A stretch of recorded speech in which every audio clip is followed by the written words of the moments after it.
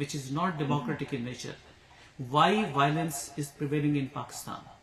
Yes, it is true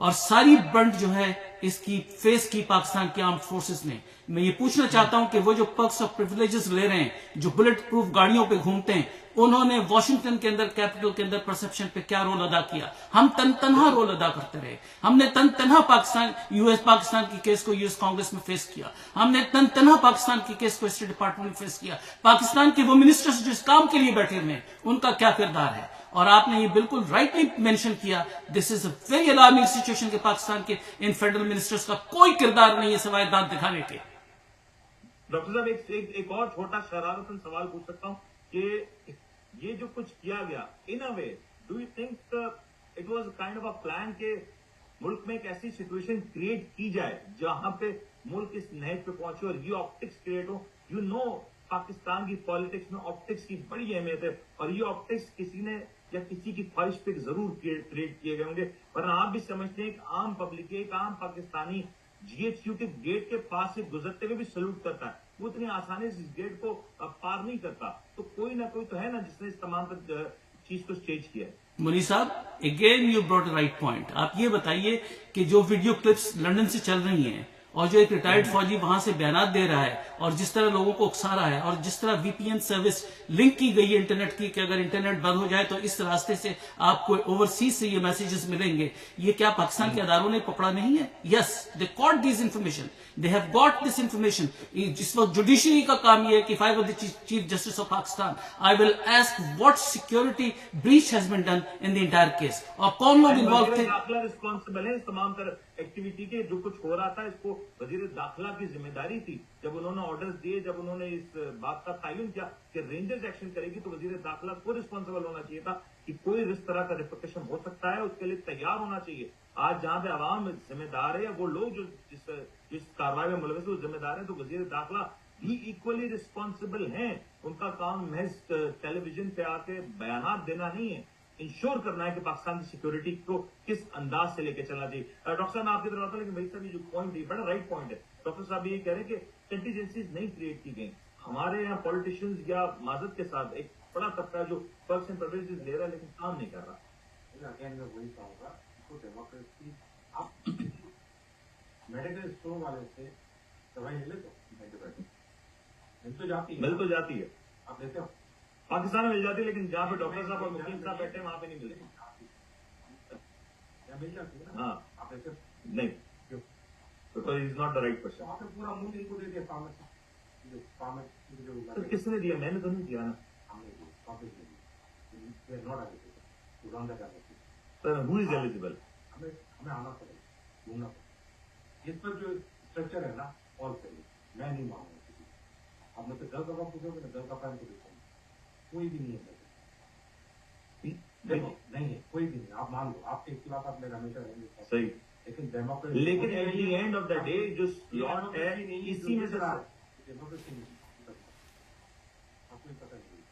اور بدماشی under democracy, under the ambit of democracy. یہ تو انٹرنیشنل کورٹ میں ہم ایک پبلک فورم بنا کے ان پہ کیس کر دینا چاہیے. ہماری کورٹ بھی دبی ہوئی ہے, ہماری فورسز کو بھی دبا ہے, ہر چیز کو دبا ہے. پریشرائز تو کر رہے ہیں, اسٹیبلشمنٹ کو کر رہے ہیں, اور ہر کوئی ڈفرینٹ بدماشی انہوں نے سرٹیفکیٹ دے دیے ڈیموکریسی نہیں. آپ سمجھے اس بات, آپ نہیں بولیں گے ملک پہ ظلم ہو. یہ اگر آپ ابھی ریفرینڈم کرا لو تو 98% ہوتی. ہاں یہ بات بالکل صحیح ہے. ریفرینڈم ہو, عوامی ریفرینڈم ہو, ہم لوگ ایسے کوئی چیز کو اچھا نہیں کیا. یہ کوئی پڑھا لکھا اقدام نہیں کسی طرف سے بھی. آپ ان کے شوز میں دیکھو, ان کی نفرت دیکھو ایک دوسرے سے. سر وہ اکثر نفرتیں شوز میں ہوتی ہیں, شوز کے بعد نہیں ہوتی. نفرتیں پیدا ہو گئی, کی نفرت. یہ اچھا ہے کہ ہماری قوم اس کو عادت نہیں کر, انہوں نے کر لیا وہ کافی نہیں ہوئی, کیونکہ وہ بھی ایک جنریشن تباہ کرتے ہیں. کہاں لے جا رہے یہ بڑا امپورٹنٹ ہے, یہ بڑا امپورٹنٹ پوائنٹ ہے. لیکن مقیم صاحب, یو کمنگ فرام UK, آپ کو UK کی ڈیموکریسی تو دنیا بھر میں مشہور ہے. مطلب وہ جو ڈیموکریسی ہے اور آج پاکستان کی جو ڈیموکریسی یا جو نام نہاد ڈیموکریسی اس میں حکومت الیکشن کرانے کے لیے تیار نہ ہو, ایسی مثالیں بھی نہیں ملتی. ہم نے تو کہیں نہ کہیں تمام تر اس طرح کے معاملات اس نہج پہ لے کے گئے کہ عوام بھی اب دل برداشتہ ہے, اور عوام بھی سوال پوچھنے کے حق بجانے پہ کہ آخر یہ سب ہو کیوں رہا ہے. از اٹ ایسا کوئی آپ نے مثال دیکھی دنیا کی اس طرح کی ڈیموکریسیز میں؟ بھائی ہم تو جہاں تک نظر دوڑاتے ہیں جمہوریت کی یہ شکل نظر نہیں آتی. اب آپ یہ دیکھ لیں کہ اور ہم جہاں تک نظر دوڑاتے ہیں جمہوریت نظر نہیں آتی. ہاں جی، یہ دیکھیے آپ نے اداروں کی بات کی تو مجھے ایک ابھی ذہن میں یہ بات آئی کہ اس وقت اب یہ آڈیو ٹیپس چل رہی ہیں، یہ کلپس وائرل ہو رہے ہیں، اس پہ میڈیا ٹاکس ہو رہی کہ فلاں نے یہ کہا کہ کور کمانڈر کے گھر جاؤ، فلاں نے کہا کہ آگ لگا دو. 21 ایجنسیاں اور قانون نافذ کرنے والے ادارے اگر انہوں نے یہ کالز انٹرسپٹ کر لی تھیں تو مجھے یہ بتائیں کہ انہوں نے اس پہ کیا رد عمل کا اظہار کیا، انہوں نے کیا کارروائی کی اس کو روکنے کے لیے.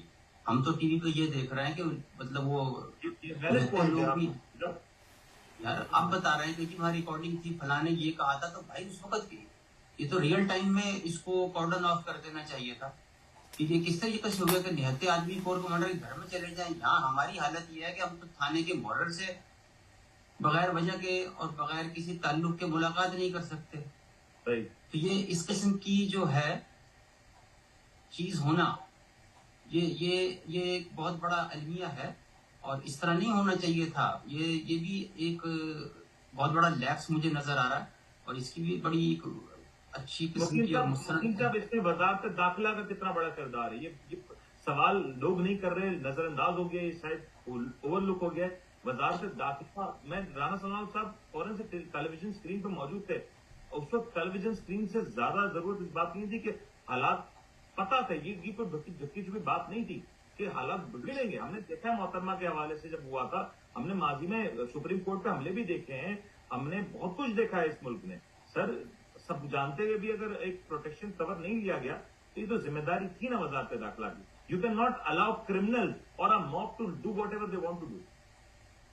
دیکھیے، اور پھر وہ آج کل ہر جگہ سی سی ٹی وی کیمرے لگے ہوئے ہیں. جس جگہ پر کور کمانڈر کا گھر ہے اس کے ارد گرد بڑے بڑے اچھے سیکیورٹی سسٹمز ہیں اور جی ایچ کیو کے ارد گرد تو سوال ہی پیدا نہیں ہوتا کہ کوئی حفاظتی تدابیر اختیار نہ کی گئی ہوں. یہ میں ان کو کوئی چھوٹ نہیں دے رہا ہوں حملہ کرنے والوں کو، میں قطعاً اس کے حق میں نہیں ہوں. I want them to be punished, لیکن ایٹ دا سیم ٹائم کہ یہ جو سیکورٹی کے ادارے کیا کر رہے تھے and what was there duty. اور اگر ریئل ٹائم میں آپ کسی کی کال انٹرسپٹ کرتے ہیں، وہ دہشت گردی کے واقعے کی پلاننگ کر رہا ہے، تو آپ کیا انتظار کریں گے کہ وہ آ کے اپنا کام پورا کر کے تسلی سے بغداد پہنچ جائے، اس کے بعد پھر ہم ٹی وی پہ آ جائیں گے مونچھوں کو تاؤ دیتے ہوئے کہ جناب یہ تو ہم نے کال انٹرسپٹ کی ہے، فلاں آدمی فلاں کے ساتھ گفتگو کر رہا تھا.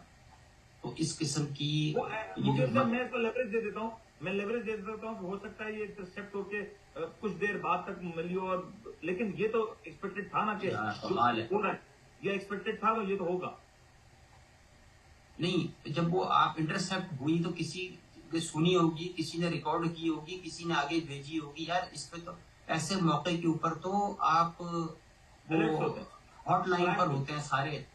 اور یہ اب جو مارچ کر رہے ہیں، جو یہ اپنا وہ فلیگ مارچ ہو رہا ہے اور فلانا ہو رہا ہے، اس کا کیا فائدہ؟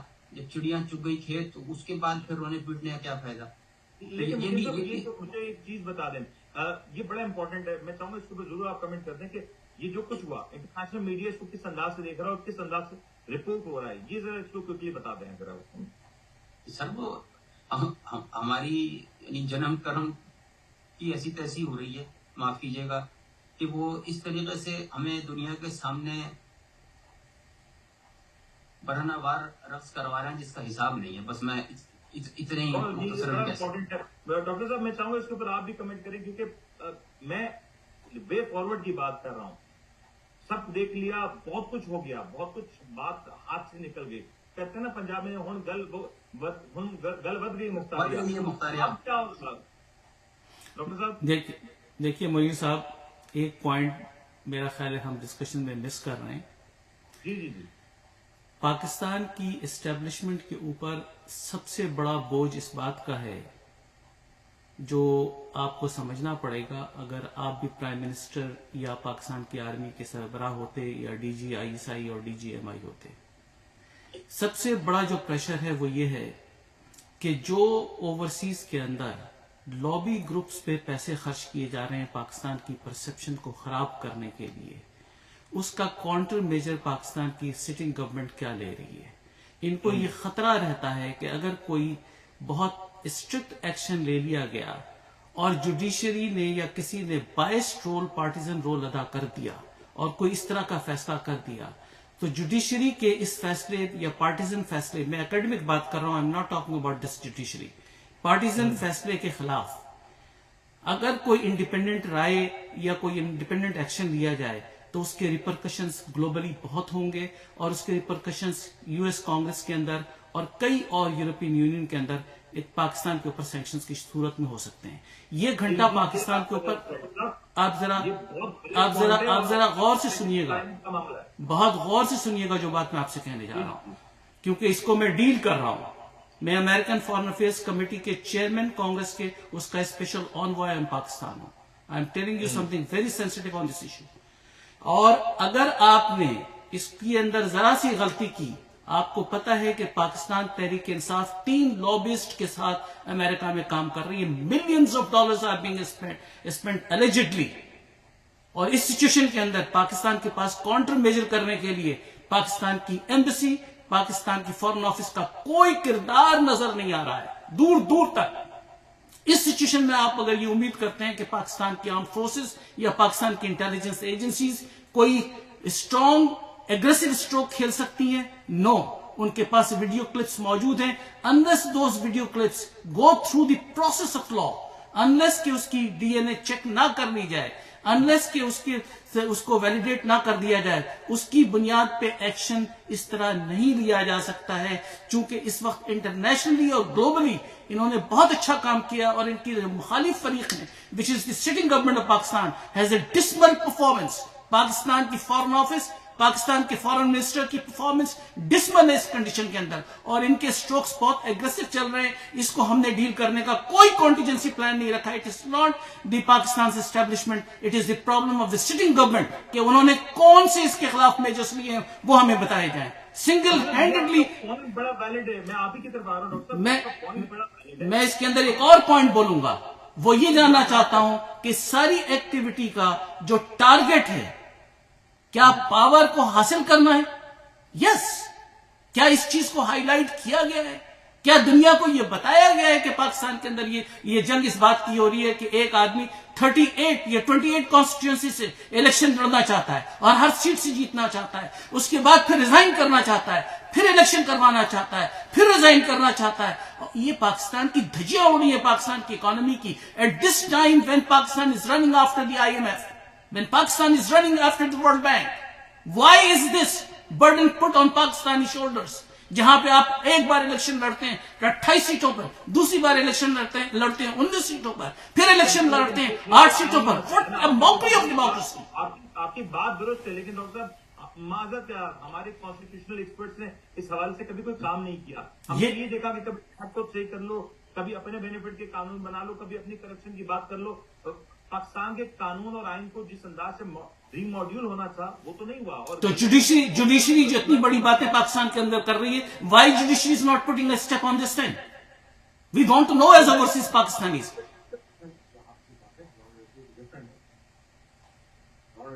گراؤنڈ ریئلٹی ڈفرینٹ ہے. بالکل آپ ایسے ضرور آپ بات کر رہے ہیں، ریزرویشن صحیح ہے، گراؤنڈ ریئلٹی از ناٹ صحیح. پاکستان میں آپ بھی دیکھیں، میں اگین کہہ رہا ہوں، democratic democratic parties running the Pakistan. پھر تو ہمیں یہ ڈیفینڈ کرنا پڑے گا. آگے ڈیموکریٹک نو وہی ہے، نہیں مکی لگتا. آپ نے ان کے آپ نے ڈیموکریسی سسٹم کیوں دیا؟ رسول میرا بات کریں گے، کھیلیں گے وہ بندر کو آپ نے دے دیا کھیلنے کے لیے. میں آپ کی اتنی ایڈوانس بات کر رہے ہیں مجھے میڈیکل اپنا پاکستان کا گراؤنڈ ریڈی ہے. عام آدمی اتنا ایجوکیٹ نہیں ہے. میں معذرت کے ساتھ آپ کے میں بیٹھا ہوں، میں گراؤنڈ ریڈی بات کروں گا. ہم روز یہاں بیٹھ کے فیس کریں. یہ جتنے بھی آپ ان کو فارمیشن یا ان کی ٹریننگ دے رہے ہیں نا، کیوں دے رہے ہیں؟ کیوں دے رہے ہیں؟ ان کو ڈسکوالیفائی کرتے ہیں. میں تو کہتا سب کو ڈسکوالیفائی کرتے ہیں. وائی وی آر ویٹنگ کہ یہ اچھے ہو جائیں گے اور ہماری فیوچر. امید تو دنیا کا ہے، امید ان پہ نہ رکھتا، امید اللہ پہ رکھے گی. دنیا اللہ کے ساتھ نہیں.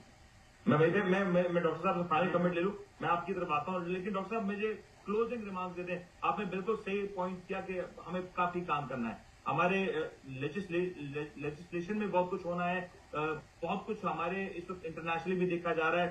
اور خدا نہ کرے آپ جس انداز سے بات کریں کہ